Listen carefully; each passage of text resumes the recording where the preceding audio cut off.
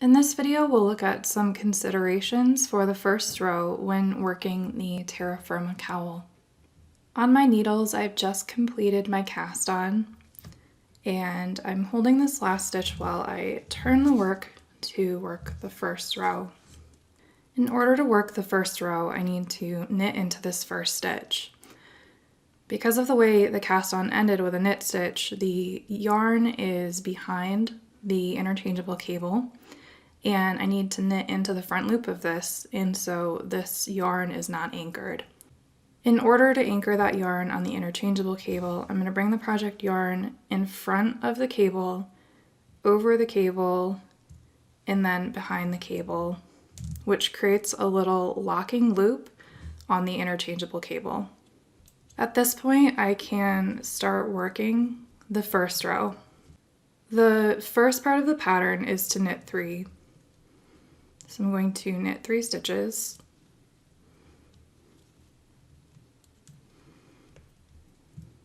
And I'm going to create a yarn over. At this point in the pattern, it says to slip a marker. We didn't place any markers in the cast on row, so for this first row only, we're going to place markers instead of slipping them. Continue on with the first row as written until you get to the last 3 stitches.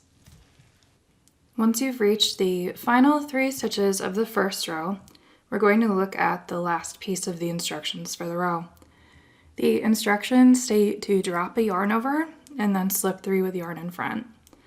Because we only cast on 51 stitches, we don't have any yarn over to drop, so go ahead and skip that instruction. For this first time only, we're going to slip 3 with yarn in front in a special way. This is going to reorient the stitches so that they're not twisted in the I-cord. To do that, bring your yarn forward in between the needles to the front of the work. And then we're going to slip these last 3 stitches together purlwise through the back loop. So it's like creating a purl 3 together through the back loops without pulling a new loop through. In order to do that, we're going to take our needle and we're going to insert it through the back loop of the 3rd stitch, the 2nd stitch, and then the 1st stitch. It can look a little tricky. It just takes a little patience. If you're having trouble with this, I'll show you a second way to do this in just a second. Insert your needle through the back loops of the 3rd, 2nd, and 1st stitches, and then just slip them right over to the needle.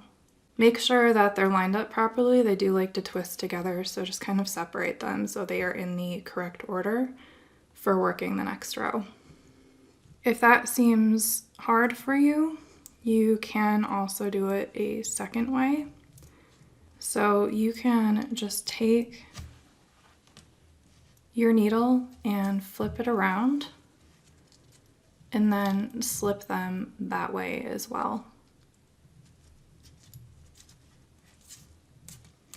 At this point, if you used waste yarn for the invisible provisional cast on, you're going to have a slip knot on your needle. You can just drop that off and you won't need that again until we pick up stitches. If you cast on using an interchangeable cable like I did, your slip knot's already on the interchangeable cable and it's holding those stitches in place, so you don't need to do anything with that. In this video, we looked at some first row considerations while working the Terra Firma Cowl.